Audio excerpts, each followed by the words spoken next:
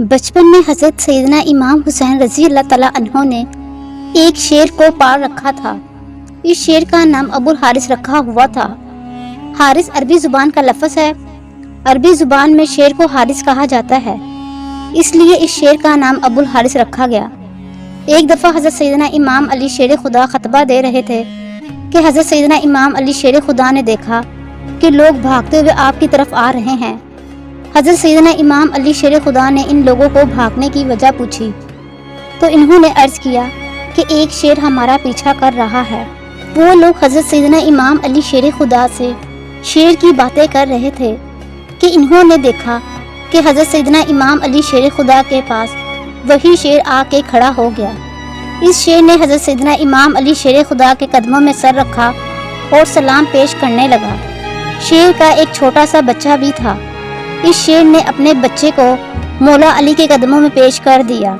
اس شیرنی نے کہا کہ حضرت سیدنا امام علی شیر خدا، میں اس کی ماں ہوں، اس کا باپ مر چکا ہے۔ اس شیرنی نے عرض کیا کہ اے امام علی، میں چاہتی ہوں کہ میرا بچہ جوان ہو جائے۔ حضرت سیدنا امام علی شیر خدا نے فرمایا کہ تو بے فکر ہو جا اور چلی جا، اس بچے کی حفاظت کرنے والی خدا کی ذات ہے، جس نے اس کو پیدا کیا ہے، وہ اس کو پالنے کے لیے بھی کوئی راستہ نکال دے گا۔ اس کے بعد حضرت سیدنا امام علی شیر خدا نے اس بچے کو حضرت سیدنا امام حسین رضی اللہ تعالیٰ عنہ کے حوالے کر دیا۔ حضرت سیدنا امام علی شیر خدا کے بیٹے حضرت سیدنا امام حسین رضی اللہ تعالیٰ عنہ نے اس بچے کو گود میں لیتے ہوئے فرمایا کہ آج کے بعد اس بچے کا نام ابو الحارث ہے۔ حضرت سیدنا امام حسین رضی اللہ تعالیٰ عنہ نے اس شیر کو بہت ہی پیار دیا۔ حضرت امام حسین رضی اللہ تعالیٰ عنہ اور شیرنی کا بچہ اس طرح سے رہنے لگے جس طرح سے اچھے دوست رہتے ہیں۔ حضرت امام حسین رضی اللہ تعالیٰ عنہ جہاں بھی جاتے تھے اس شیر کو ہمراہ ہی رکھتے تھے۔ شیر جوان ہو گیا۔ ایک بار حضرت سیدنا امام حسین رضی اللہ تعالیٰ عنہ کی بارگاہ میں کچھ لوگوں نے عرض کیا، یا حضرت امام حسین رضی اللہ تعالیٰ عنہ، ہم کو اس شیر سے خوف آتا ہے، ایسا نہ ہو کہ یہ شیر ہم کو کوئی نقصان پہنچا دے۔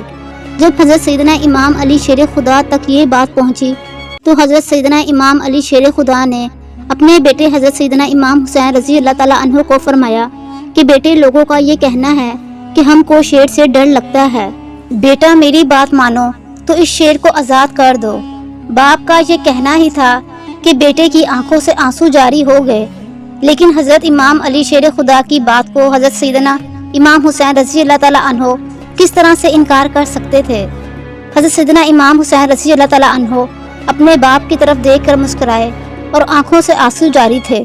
حضرت سیدنا امام حسین رضی اللہ تعالیٰ عنہ نے فرمایا کہ بابا، میں اس کو کل آزاد کر دوں گا۔ حضرت سیدنا امام علی شیر خدا نے فرمایا کہ بیٹا، آج کیوں نہیں، کل کا کیوں کہہ رہے ہو؟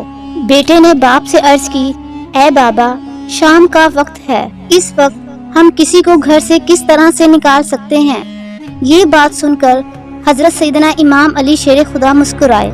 جب فجر کے وقت حضرت سیدنا امام حسین رضی اللہ تعالیٰ عنہ صبح ہی شیر کو کچھ کھانے پینے کے لیے ڈالنے کے لیے گئے تو اس شیر نے کہا کہ حضرت سیدنا امام حسین رضی اللہ تعالیٰ عنہ آج صبح ہی خوراک لے کر آ گئے ہو۔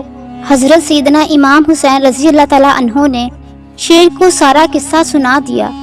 شیر نے حضرت امام حسین رضی اللہ تعالیٰ عنہ سے عرض کی کہ یا حضرت سیدنا امام حسین رضی اللہ تعالیٰ عنہ، یہ حضرت امام علی شیر خدا کا کہنا ہے، ہم اس کو کس طرح سے ٹال سکتے ہیں؟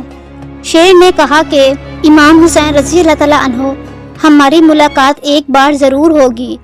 حضرت سیدنا امام حسین رضی اللہ تعالیٰ عنہ نے کہا کہ ٹھیک ہے۔ آپ رضی اللہ تعالیٰ عنہ نے فرمایا کہ اے میرے دوست، 10 محرم سن 61 ہجری کو میدان کربلا سے ایک آواز بلند ہوگی، تب تم بھی وہاں آ جانا۔ شیر نے کہا کہ حضرت امام حسین رضی اللہ تعالیٰ عنہ، کیا اس دن آواز آپ مجھے دیں گے؟ حضرت سیدنا امام حسین رضی اللہ تعالیٰ عنہ نے فرمایا کہ نہیں، میں نہیں آواز دوں گا۔ پھر شیر نے عرض کی، یا حضرت سیدنا امام حسین رضی اللہ تعالیٰ عنہ، پھر کون آواز دے گا؟ حضرت امام حسین رضی اللہ تعالیٰ عنہ نے فرمایا کہ میری 4 سال کی بیٹی بی بی سکینہ تم کو آواز دے گی۔ یہ باتیں کر کے حضرت امام حسین رضی اللہ تعالیٰ عنہ نے شیر کو آزاد کر دیا اور فرمایا کہ اے میرے دوست، تو ملک ایران میں چلا جا، وہاں ایک بہت ہی بڑا جنگل ہے، اس جنگل میں جو شیر بادشاہ تھا اس کی موت ہو چکی ہے، تم وہاں جا کر اپنی بادشاہی جما لو۔ شیر وہاں سے چلا گیا۔ 61 ہجری 10 محرم کو جب حضرت امام حسین رضی اللہ تعالیٰ عنہ کے جسم مبارک کو سر سے جدا کر دیا گیا تو یزیدی فوج کے سربراہ کی طرف سے حکم جاری ہوا کہ آپ رضی اللہ تعالیٰ عنہ کے سر اور جسم مبارک پر گھوڑے دوڑائے جائیں۔ یہ بات سنتے ہی حضرت سیدنا امام حسین رضی اللہ تعالیٰ عنہ کے گھر والوں کی چیخ و پکار شروع ہو گئی تو بی بی فضا حضرت زینب رضی اللہ تعالیٰ عنہ کے پاس آئیں تو انہوں نے کہا کہ آقا دو جہاں حضرت محمد صلی اللہ علیہ وآلہ وسلم کا ایک صحابی تھا، وہ ایک سمندر میں کشتی چلا رہا تھا کہ اس کی کشتی ٹوٹ گئی۔ وہ کشتی سے ایک ٹکڑے پر سفر کرتا ہوا ایک جزیرے میں پہنچ گیا۔ اس جزیرے میں صحابی نے ایک شیر کو دیکھا۔ صحابی نے کہا کہ میں حضور اکرم صلی اللہ علیہ وآلہ وسلم کا صحابہ ہوں، میں راستہ بھول گیا ہوں۔ شیر نے اس پر حملہ کرنے کی بجائے اس کو ٹھیک راستے پر لے گیا تھا۔ بی بی فضا نے فرمایا کہ اے میری لاڈلی بیٹی، یہاں ایک بہت ہی بڑا شیر رہتا ہے، اگر آپ مجھے اجازت دو تو میں اس شیر کو آپ سب کی مدد کے لیے بلاتی ہوں، اس کو دشمنوں کے ظلم کے بارے میں آگاہ کرتی ہوں۔ بی بی زینب نے اس کو اجازت دے دی۔ بی بی فضا جنگل میں گئی۔ اس نے جنگل میں جا کر آواز بلند کی کہ ابو حارث کہاں ہو؟ بی بی فضا کا یہ کہنا ہی تھا کہ شیر اس کے پاس حاضر ہو گیا۔ بی بی فضا نے شیر کو کہا کہ کیا تم کو معلوم ہے کہ یزیدی فوج حضرت امام حسین رضی اللہ تعالیٰ عنہ کے جسم مبارک کو پامال کرنا چاہتے ہیں؟ بی بی فضا کا یہ کہنا ہی تھا کہ وہ شیر بی بی فضا کے ہمراہ میدان کربلا میں پہنچ گیا۔ شیر اپنی پیشانی حضرت سیدنا امام حسین رضی اللہ تعالیٰ عنہ کے قدموں میں رکھ کر روتا رہا۔ جب یزیدی فوج حضرت امام حسین رضی اللہ تعالیٰ عنہ کی لاش کو پامال کرنے کے لیے آئی، ان لوگوں نے دیکھا کہ حضرت امام حسین رضی اللہ تعالیٰ عنہ کے جسم کے پاس ایک شیر موجود ہے۔ وہ لوگ گھوڑوں پر سوار تھے، گھوڑے شیر کو دیکھ کر ڈر گئے، سب گھوڑے بے قابو ہو کر بھاگ گئے۔